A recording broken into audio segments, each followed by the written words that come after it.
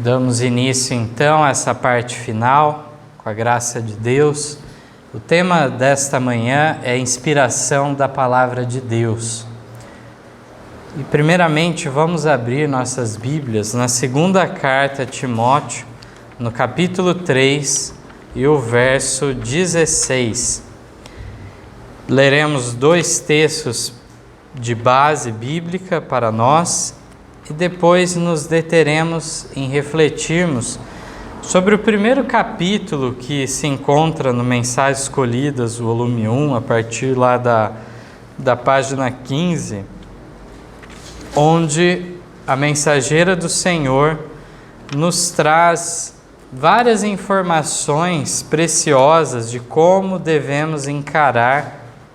Em detalhes é colocado a questão da inspiração da Bíblia Sagrada. Então, na segunda carta a Timóteo, no capítulo 3 e o verso 16, declara: toda a Escritura é divinamente inspirada e proveitosa para ensinar, para repreender, para corrigir, para instruir em justiça.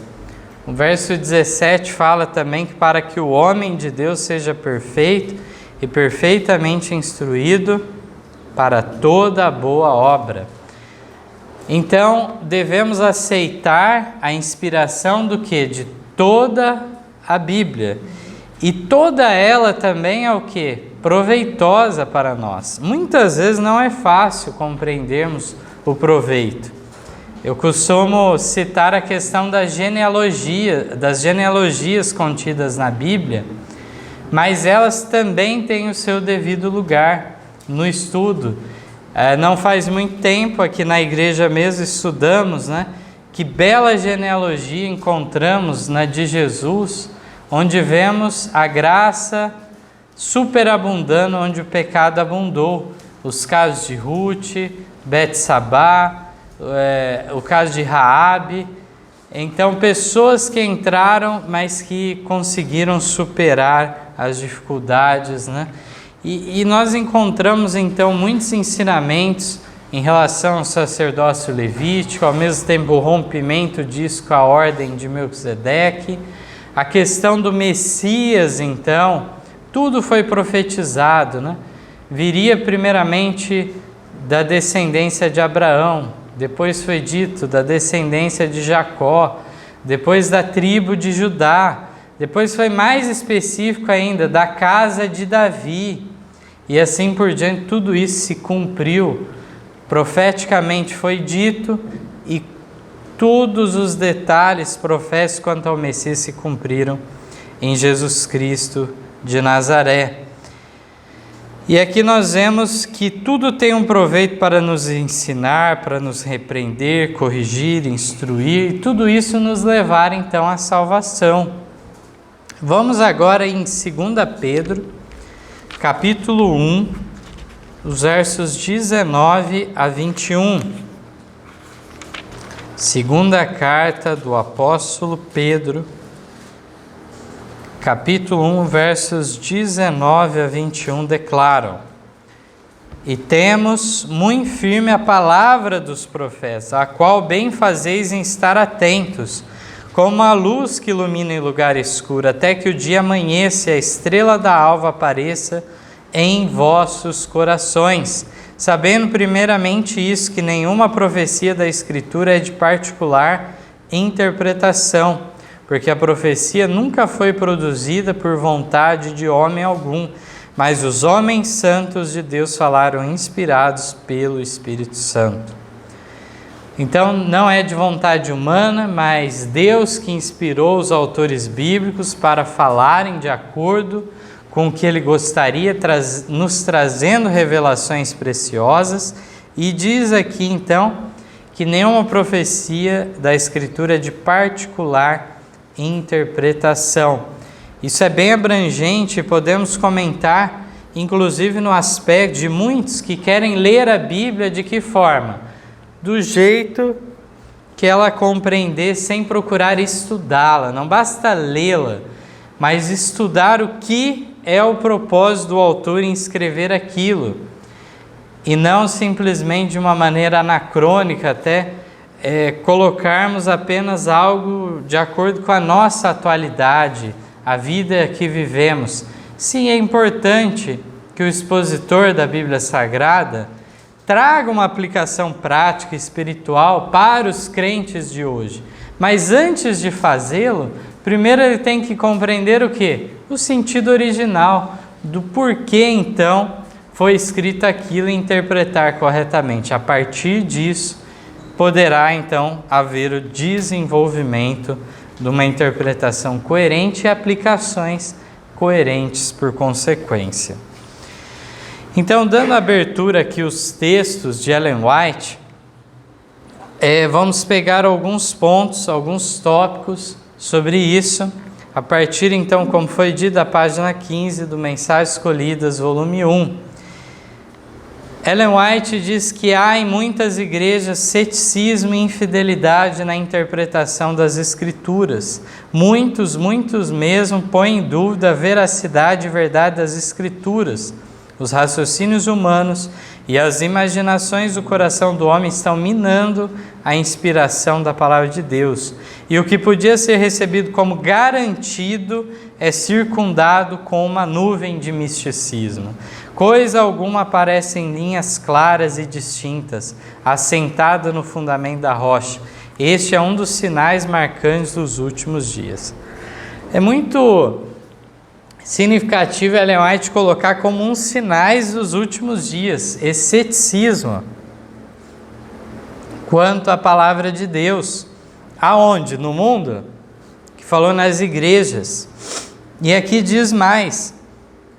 Diz que a interpretação que é dada é de acordo com raciocínios humanos, a imaginação que surge no coração humano. E aí, muitas vezes, qual que é o entendimento que é trazido? Algo alegórico, algo espiritualizado, não algo literal, algo realmente sólido para entendermos.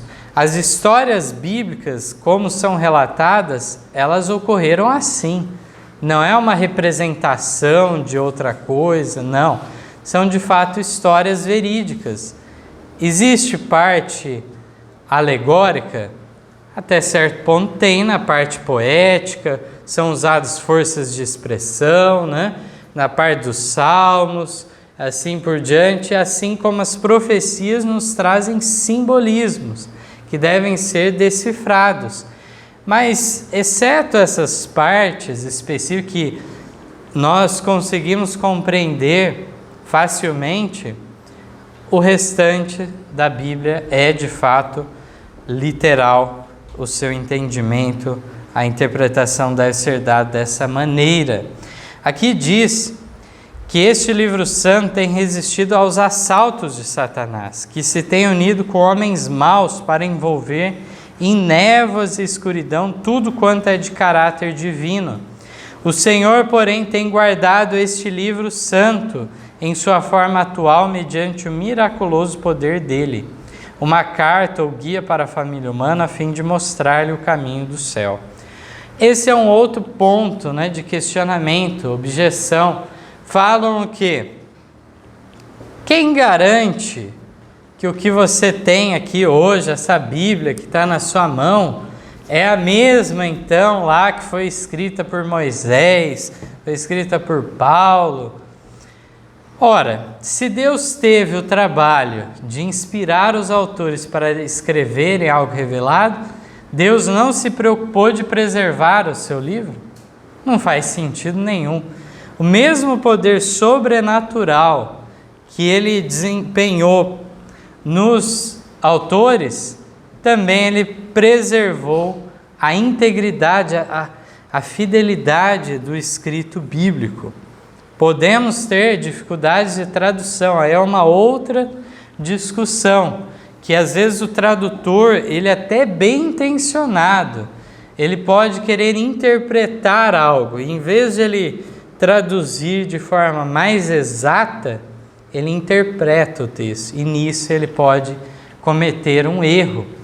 Mas via de regra, a maior parte esmagadora da Bíblia é bem traduzida também e não tem dificuldades, exceto em algum ponto e outro isolado. Portanto, aqui, Deus deu este livro para a humanidade e tem preservado por séculos e mais séculos. É um livro que, se formos contar do primeiro livro lá de Moisés, já faz 3.500 anos que se passou. Formos contar do último autor, já se passou quase 2.000 anos. Então, é realmente algo impressionante como ao decorrer de 1.500 anos, 40 autores mais ou menos diferentes escreveram a Bíblia, com essa diferença de tempo de 1.500 anos, e não há contradição, não há incoerência entre os livros, e é preservado então 2.000 anos depois de finalizado o cânon bíblico. Diz que o livro de Deus, porém, tem sido tão manifestamente negligenciado que não há senão alguns em nosso mundo, mesmo os que professam explicá-lo aos outros, que têm o divino conhecimento das Escrituras. Há homens de saber que possuem educação colegial, mas esses pastores não alimentam o rebanho de Deus.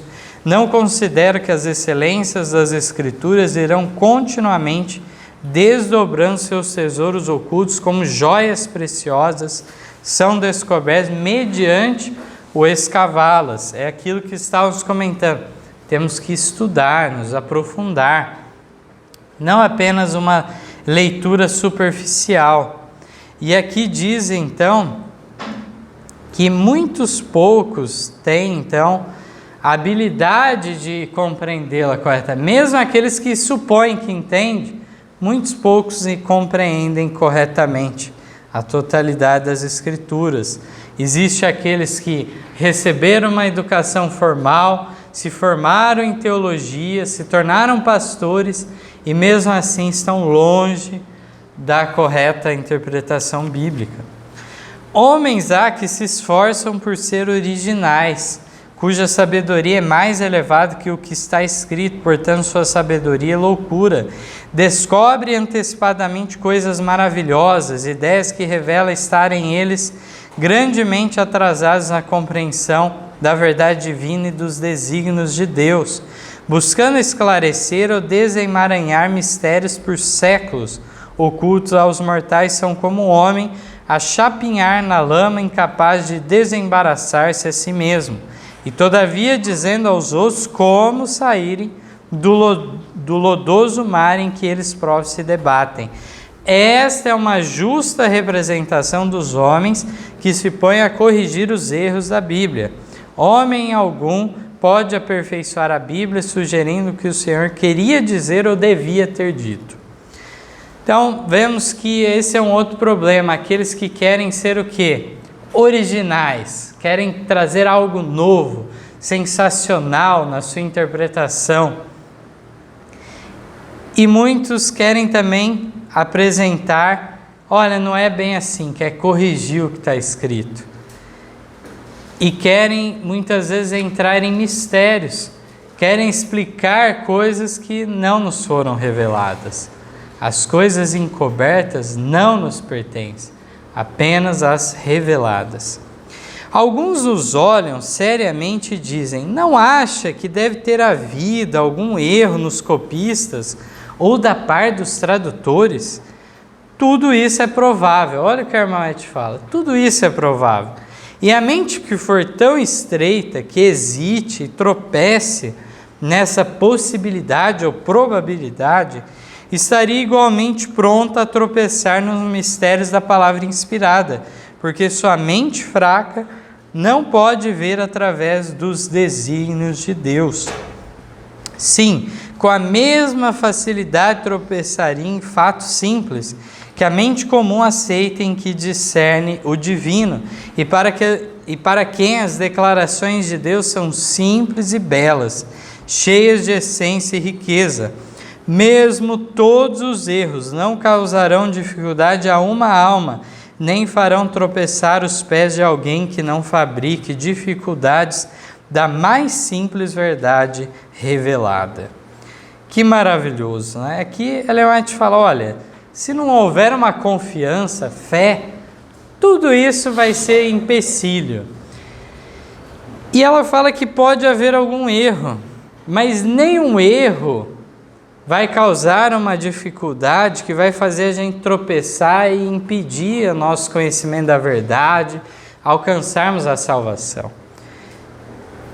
Um erro pode ocorrer da parte de um tradutor.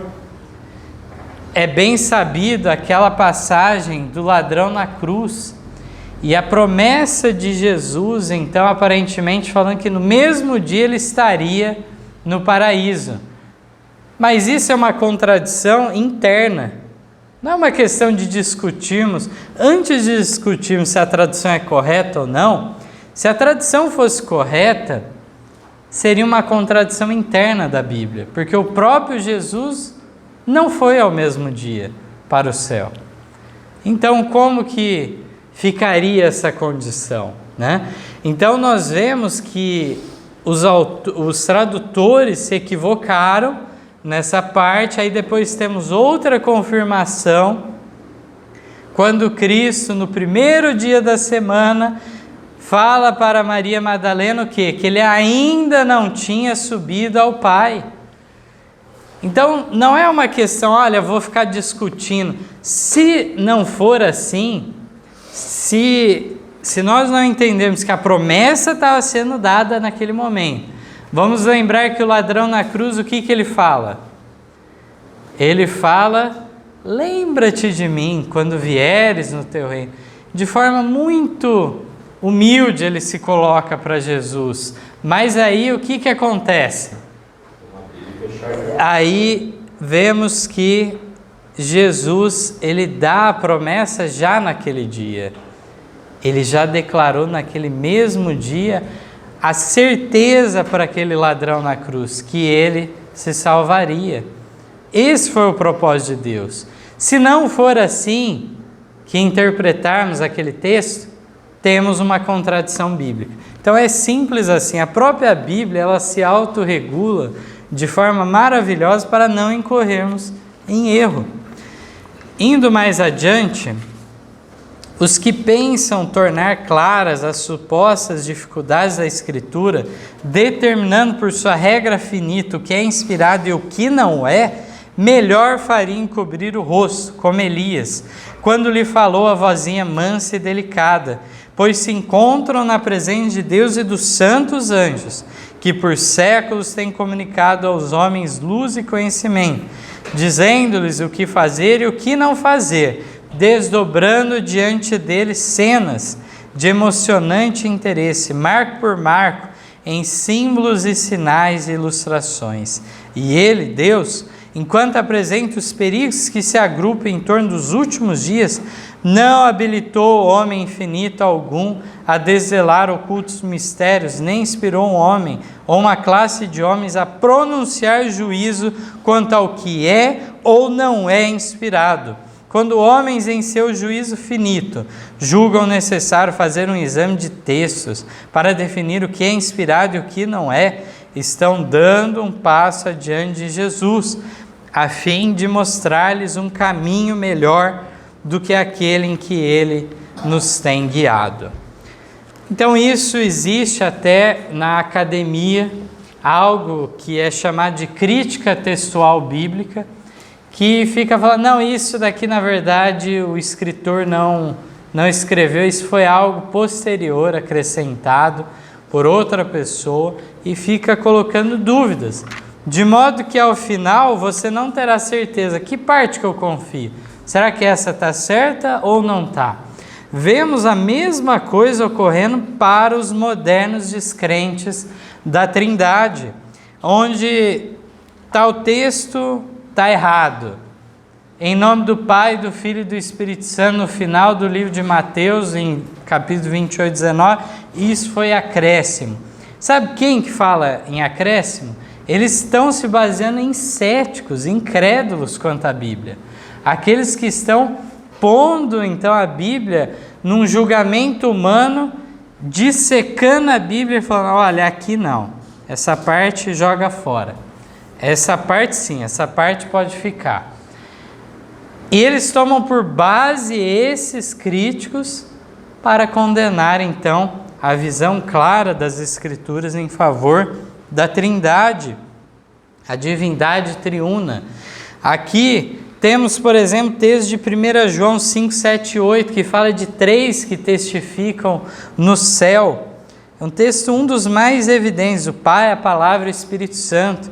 Esses 3 são um, os 3 concordam num. É uma explicação maravilhosa e um dos textos mais questionados na Bíblia pelos críticos. A grande maior parte vai falar que não, isso não está no original de João. Então, devemos nos colocar numa posição de confiança em relação às Escrituras, como foi dito aqui. Tomo a Bíblia tal como ela é, como a palavra inspirada. Creio nas declarações de uma Bíblia inteira. Levantam-se homens que julgam ter alguma coisa a criticar na palavra de Deus. Mas essa não era a posição da mensageira do Senhor, como nós vimos. Esses homens são muitos deles, olha só o que ela vai falar agora, inteligentes, instruídos, possuem eloquência e talentos. Homens cuja vida toda é desassossegar espíritos quanto à inspiração das Escrituras. Influenciam muitos a ver segundo eles próprios veem, e a mesma obra é transmitida de um para o outro, da mesma maneira que Satanás designou que fosse, até que possamos ver plenamente o sentido das palavras de Cristo. Lá em Lucas 18, 8, quando, porém, vier o Filho do Homem, porventura achará fé na terra? Então, é impressionante aqui, vemos pessoas inteligentes, muito instruídas, eloquentes no que dizem, tudo isso com que missão? Uma missão satânica, como foi dito aqui. Desassossegar as pessoas, para essas pessoas não confiarem na inspiração da Bíblia Sagrada. Irmãos, nenhuma mente ou mão se empenha em criticar a Bíblia. É uma obra que Satanás se deleita, que qualquer de vós faça, mas não é a obra a vós designada pelo Senhor. Os homens devem deixar que Deus cuide de seu próprio livro, seus oráculos vivos, como ele tem feito por séculos. Eles começam a pôr em dúvida algumas partes da revelação e acham falhas nas aparentes incoerências desta e daquela declaração. Começando em Gênesis, eles rejeitam aquilo que julgam questionável e sua mente os leva adiante, por Satanás levará a qualquer extensão a que eles o sigam em sua crítica e vejam alguma coisa do que duvidar em todas as Escrituras. Suas faculdades de crítica são aguçadas pelo exercício, eles só fazem isso. E não podem repousar em nada com certeza. Procurais raciocinar com esses homens, mas é tempo perdido. Não adianta discutir com eles. Eles exercerão sua capacidade de ridículo, mesmo sobre a Bíblia. Tornam-se até zombadores e ficariam surpreendidos se os fizesseis ver as coisas por esse aspecto. Então, muitas pessoas acham muito ridículo aquele relato da criação. É muito simplório, não foi daquele jeito. Aquilo lá é só uma alegoria. Não, você acha que Deus ia criar tudo essas coisas em uma semana só? Como que essas pessoas estão pensando? De forma carnal. Deus, se quisesse, ele precisava de uma semana? Ele teria criado tudo instantaneamente. E alguns acham, não, é demais uma semana. Não, tinha que ser mais tempo. O que essas pessoas compreenderam de Deus, será? Não compreenderam nada ainda. E aí nós vemos aqui que quanto eles quiserem criticar, Satanás vai ajudar eles para criar dúvida, criar contenda nas coisas. E aqui diz que há muitas vezes coisas que aparecem, são aparentes contradições. E aí eles ficam amontoando esses textos para criarem então esses atritos. Irmãos, apegai-vos à Bíblia tal como ela reza, parai com vossas críticas relativamente à sua validade, e obedecei à palavra, e nenhum de vós se perderá. Então, aqueles que estão nessa obra de crítica estão em risco o quê? De perder a salvação. Mas se eles pararem, abandonar essa prática, eles podem ainda recuperar. O engenho dos homens se tem exercitado através dos séculos para medir a palavra de Deus por sua mente finita e limitada compreensão. Se o Senhor, o autor das Sagradas Escrituras, retirasse a cortina e revelasse sua sabedoria e sua glória perante eles, reduzir-se-iam a nada e exclamariam como Isaías: sou um homem de lábios impuros e habito no meio de um povo de impuros lábios. Isaías 6,5.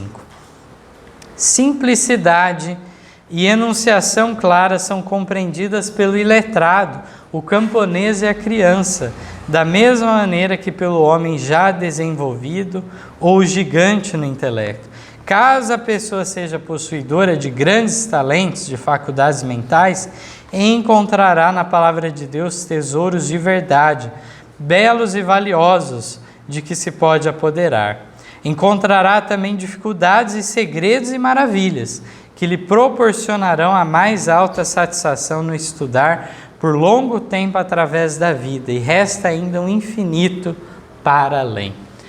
Então aqui, por um lado, a Bíblia Sagrada, ela é simples em sua declaração, e mesmo a criança, a pessoa mais simples, consegue compreender. Aquele que se aprofundar um pouco mais, desenvolver os raciocínios, vai conseguir se aprofundar melhor nas Escrituras, sim. De modo que certas coisas que pareciam dificuldades bíblicas, vai ver a beleza por trás daquilo também. Homens de humildes aquisições que possuem apenas capacidade e ensejos limitados, se tornarem familiares com as Escrituras, encontram conforto.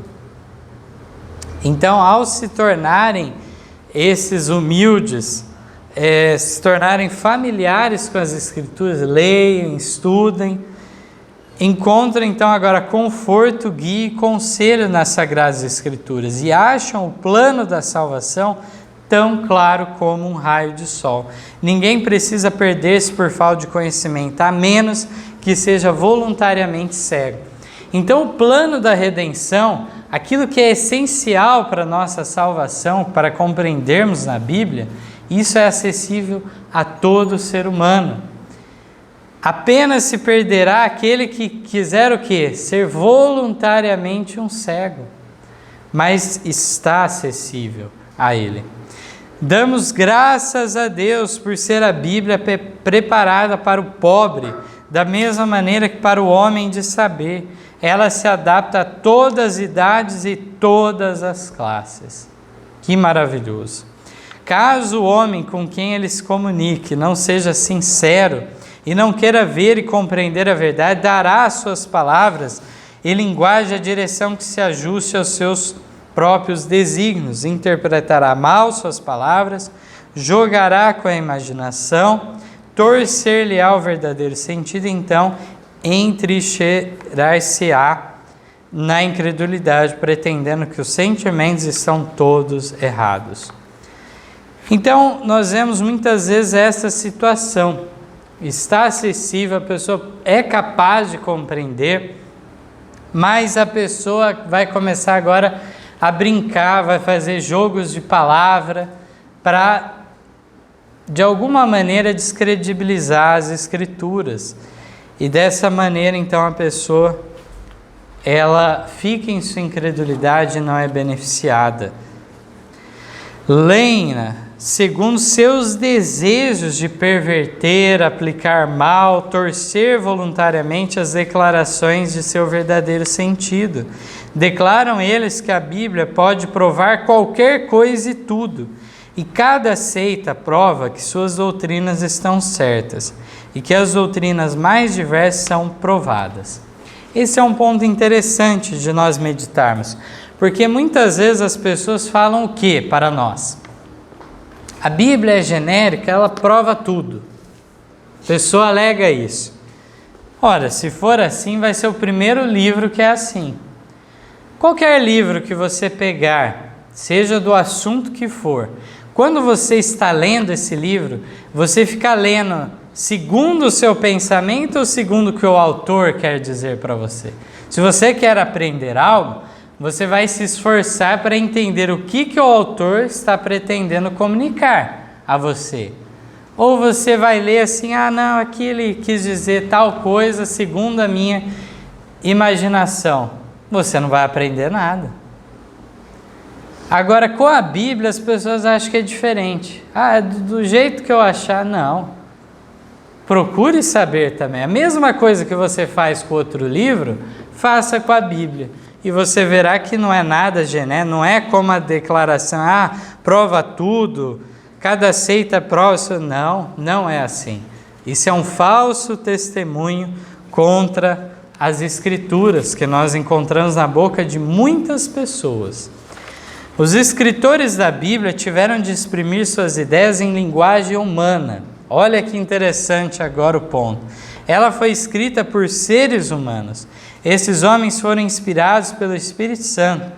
Devido a imperfeições da compreensão humana, da linguagem ou da perversidade da mente humana, hábil em fugir à verdade, muitos leem e entendem a Bíblia da maneira a se agradarem a si mesmos. Não é que a dificuldade esteja na Bíblia. Adversários políticos questionam pontos de lei no livro dos estatutos e tomam atitudes opostas em sua aplicação e nessas leis. Olha o argumento que a irmã White apresenta aqui. Mesmo leis, agora não vamos falar de livros, mesmo leis que são escritas o quê? De modo a ser o mais claro possível, exato, a compreensão para ser aplicada e a pessoa transgressora penalizada. Mesmo assim, há o quê? A luta política, adversários políticos, cada um torcendo aquela lei da forma que achar melhor, e mesmo juízes interpretam de maneira diferente. Então, a dificuldade está na lei? Será que a lei é o problema? Ou é aqueles políticos, juízes que querem torcer a lei para o seu próprio benefício, seu próprio proveito? Então é maravilhoso, né, o que Ellen White traz para nós aqui. Ela diz que as escrituras foram dadas aos homens não em uma cadeia contínua de ininterruptas declarações, mas parte por parte, através de sucessivas gerações, à medida que Deus, em sua providência, havia apropriado a ocasião para impressionar o homem nos vários tempos e diversos lugares. Os homens escreveram segundo foram movidos pelo Espírito Santo. Então nós encontramos aqui o fato de que muitas vezes o próprio autor bíblico que escreveu aquilo não tinha compreensão completa da verdade nem do que ele escreveu. Completamente ele não compreendia. O próprio Davi, nós vemos que ele escreve profecias messiânicas. E não sabemos até que ponto ele entendeu tudo aquilo, né? Nem sempre há perfeita ordem ou evidente unidade nas Escrituras. Olha só, nem sempre há perfeita ordem ou evidente unidade nas Escrituras. Os milagres de Cristo não são dados na ordem exata, mas justo segundo ocorriam as circunstâncias, as quais reclamavam essa divina revelação do poder de Deus. As verdades da Bíblia são como pérolas ocultas, devem ser buscadas, desenterradas, mediante penosos esforços. Os que apanham apenas uma apressada visão das Escrituras hão de, com seu conhecimento superficial, que eles julgam muito profundo, falar nas contradições da Bíblia e pôr em dúvida a autoridade das Escrituras. Aqueles, porém, cujo coração se acha em harmonia com a verdade e o dever, pesquisarão as Escrituras com o coração preparado para receber impressões divinas. A alma iluminada vê unidade espiritual, um grande fio de ouro através do todo. mas requer paciência, reflexão e oração. O rastrear o áureo fio precioso. Contendas amargas a respeito da Bíblia levaram a pesquisas e revelaram as preciosas joias da verdade. Muitas lágrimas foram vertidas, muitas orações fez para que o Senhor abrisse entendimento para a sua palavra. Então existe, por exemplo, o problema dos 4 evangelhos, e muitas vezes parece contraditório algumas declarações aqui e ali, e não quer dizer que sempre o evangelista narrou os milagres de maneira cronológica. Pode haver uma ordem diferente de um evangelho para o outro. Aqui nós encontramos também o fato de que muitas vezes a própria heresia despertou a atenção das pessoas, suscitou a pesquisa para que se compreendesse melhor a verdade. A Bíblia não nos é dada em elevada linguagem sobre-humana, a fim de chegar aos homens onde eles se encontram. Jesus revestiu-se da humanidade. A Bíblia precisa ser dada na linguagem dos homens. Tudo quanto é humano é imperfeito. Significações diversas são expressas pela mesma palavra. Não há uma palavra para cada ideia distinta. A Bíblia foi dada para fins práticos. Então, o que nós encontramos aqui? Uma palavra que é usada por um autor lá no Antigo Testamento não quer dizer que ela vai ter o mesmo significado lá no Novo Testamento. Pode ter outra interpretação, outra colocação. Devemos ler e compreender o sentido, o propósito do autor ao falar sobre isso. De modo que a linguagem humana ela é limitada. E por isso essas dificuldades de muitas vezes usarmos a mesma palavra para dizer o quê? Coisas diferentes. Os discípulos de caminho para Emaús necessitaram ser desembaraçados de sua interpretação das Escrituras. Jesus caminhou com eles disfarçado e como homem falou com eles. Começando por Moisés e os profetas, ensinou-lhes todas as coisas referentes a ele próprio, que sua vida, sua missão, seus sofrimentos e sua morte estavam justos em harmonia com o que a palavra de Deus predissera. Abriu-lhes o entendimento para que compreendesse as Escrituras. Quão pronto estendeu ele sem rodeias emaranhadas, extremidades, e mostrou unidade e a divina verdade das Escrituras. Quantos homens em nossos tempos necessitam de que seu entendimento seja aberto? Quão maravilhoso aquilo que Jesus aplicou um pouco aqui, um pouco ali, pegando então o que estava, Moisés falou, os profetas, os salmos, tudo que tinha dito e juntou de maneira uniforme, de maneira coerente, para que aqueles discípulos compreendessem. E aqui diz o quê?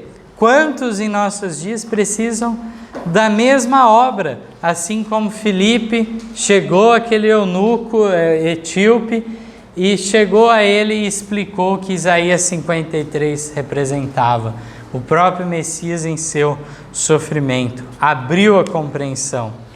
A Bíblia foi escrita por homens inspirados, mas não é a maneira de pensar e exprimir-se de Deus.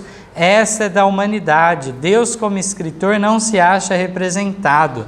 Os homens dirão muitas vezes que tal expressão não é própria de Deus. Ele, porém, não se pôs à prova na Bíblia em palavras, em lógica, em retórica. Os escritores da Bíblia foram os instrumentos de Deus, não sua pena. Olhai os diversos escritores. Esse é um ponto fundamental. Ao contrário da visão de muitos protestantes de linha conservadora, a Bíblia não tem inspiração verbal. O que eu quero dizer com isso? Deus não ditou palavra por palavra para o profeta, exceto em alguns casos específicos. Os próprios 10 mandamentos foi o próprio Deus que ditou a Moisés. Mas, via de regra, o pensamento, então, daquele profeta era inspirado. E ele colocava em suas palavras. Aqui diz o que? Não é a maneira de pensar e exprimir-se de Deus. O autor não é Deus. O autor são seres humanos inspirados por Deus. Mas Deus, claro, não deixou eles fugir daquilo que ele pretendia. Eles foram instrumentos de Deus e assim seguiram. Por que a diversidade da Bíblia, de estilos, né? Numa linguagem da época mesmo, não uma linguagem atemporal, mas da época nós encontramos, tudo isso ocorre por causa justamente de que os autores empregaram o seu estilo em seus escritos. Não são as palavras, olha o que ela diz, fica muito claro, expondo a inspiração verbal. Não devemos defender esse conceito estrito que muitos protestantes ensinam, porque aqui a Mensageiro do Senhor diz, não são as palavras da Bíblia que são inspiradas, mas os homens é que o foram. A inspiração não atua nas palavras do homem ou em suas expressões, mas no próprio homem que, sob a influência do Espírito Santo, é possuído de pensamentos. As palavras, porém, recebem o cunho da mente individual. A mente divina é difusa. A mente divina, bem como sua vontade, é combinada com a mente e a vontade humanas. Assim, as declarações do homem são a palavra de Deus. Então, aqui nós encontramos, imagine que se Deus fosse falar da forma que é a sua glória, não seria algo indecifrável. Então, assim como Cristo veio, encarnou no ser humano, se tornou acessível ao homem, também essa união humano-divino há na Bíblia. A Bíblia, então, é essa junção do esforço humano e divino, de modo a criar algo, por um lado, perfeito, que não há, então, erros, mas, por outro lado, há uma linguagem, a linguagem é imperfeita, porque é uma linguagem humana, pecaminosa. Há variedade em uma árvore, dificilmente duas folhas são exatamente semelhantes. Todavia, essa variedade acrescenta o quê? Perfeição à árvore como um todo. Em nossa Bíblia, poderíamos perguntar, por que necessitamos de Mateus, Marcos, Lucas e João nos evangelhos? Porque necessita usar dos apóstolos e a variedade de escritores das epístolas repetir as mesmas coisas? O Senhor deu sua palavra justamente pela maneira que queria que ela viesse. Deu-a por meio de diferentes escritores, tendo cada um sua própria individualidade, embora repetindo a mesma história. Seus testemunhos são trazidos juntos em um só livro e são como as expressões em uma reunião de testemunhos. São vários testemunhos diferentes testificando da mesma verdade. Eles não dizem as coisas exatamente no mesmo estilo. Cada um tem uma experiência sua própria e essa diversidade amplia e aprofunda o conhecimento que vem satisfazer as necessidades dos variados espíritos. De repente eu posso mais me identificar com aquela linguagem de tal escritor e o outro irmão se identifica mais com a outra linguagem. Os pensamentos expressos não têm estabelecido uniformidade, como se houvesse sido lançados em molde de ferro, tornando monótono o próprio ouvir. Em tal uniformidade haveria perda da graça e beleza que os distingue. O Criador de todas as ideias pode impressionar mentes diversas com o mesmo pensamento, mas cada um pode exprimi-lo por diferentes maneiras e ao mesmo tempo sem contradições. O fato de existir essa diferença não nos deve confundir nem deixar perplexos. Raramente verão duas pessoas e exprimirão a verdade da mesma maneira. Cada um se deterá em pontos particulares que sua constituição e educação habilitaram a apreciar. A luz do sol, incidindo sobre diferentes objetos, empresta-lhes tonalidades diversas. Mediante a inspiração do seu Espírito, o Senhor deu aos seus apóstolos uma verdade a ser expressa segundo o desenvolvimento de sua mente pelo Espírito Santo. A mente, porém, não é tolhida como se forçada em determinado molde.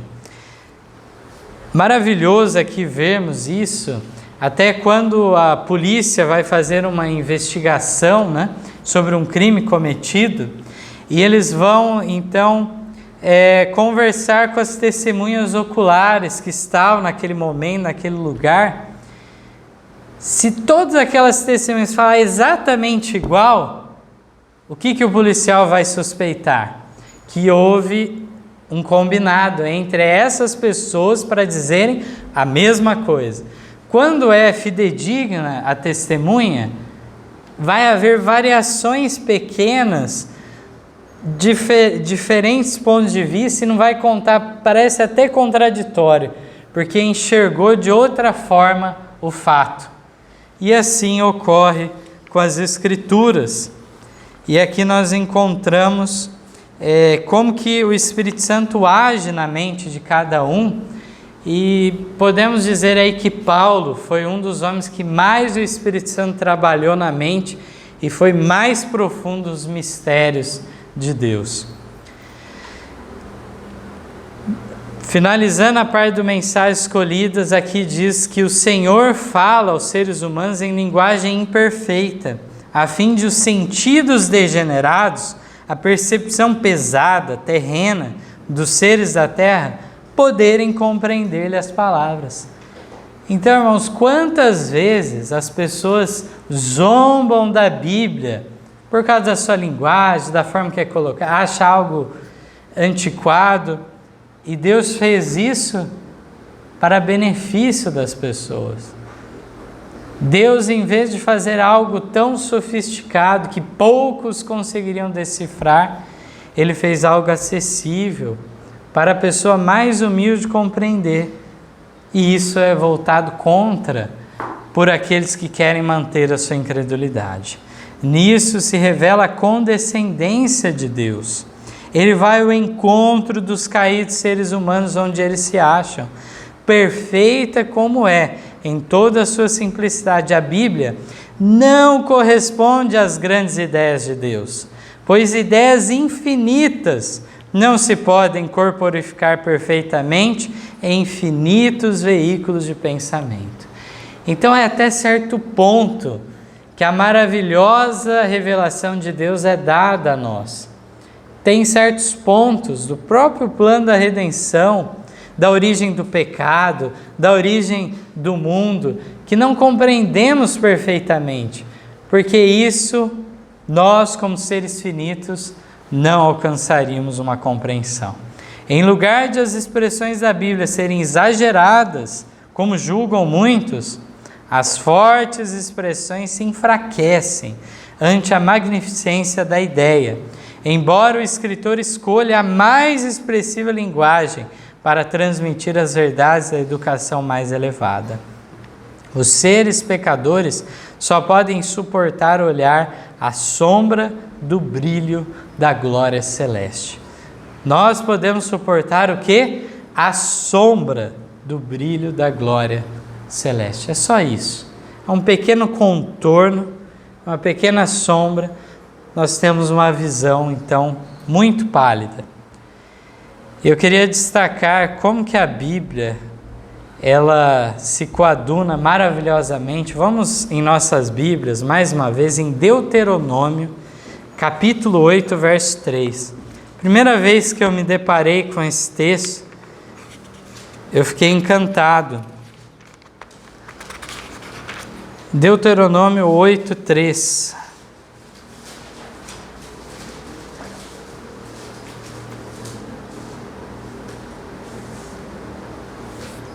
Diz assim: e tu humilhou e te deixou ter fome, e te humilhou e te deixou ter fome, e te sustentou com maná que tu não conheceste, nem teus pais o conheceram, para te dar a entender que o homem não viverá só de pão, mas de tudo que sai da boca do Senhor viverá o homem. Então muitas vezes a gente lê lá no Novo Testamento, lá em Lucas 4,4, Jesus na tentação do deserto, fala isso, e a gente pensa que é Jesus falando pela primeira vez, lá naquele evento. Mas Jesus estava o quê? Repetindo as escrituras hebraicas que eles já tinham. E aqui, essa maravilhosa declaração, que é o apreço que devemos ter pela Bíblia. O homem não viverá só de pão, mas de tudo que sai da boca do Senhor viverá o homem. A palavra de Deus é vida para nós.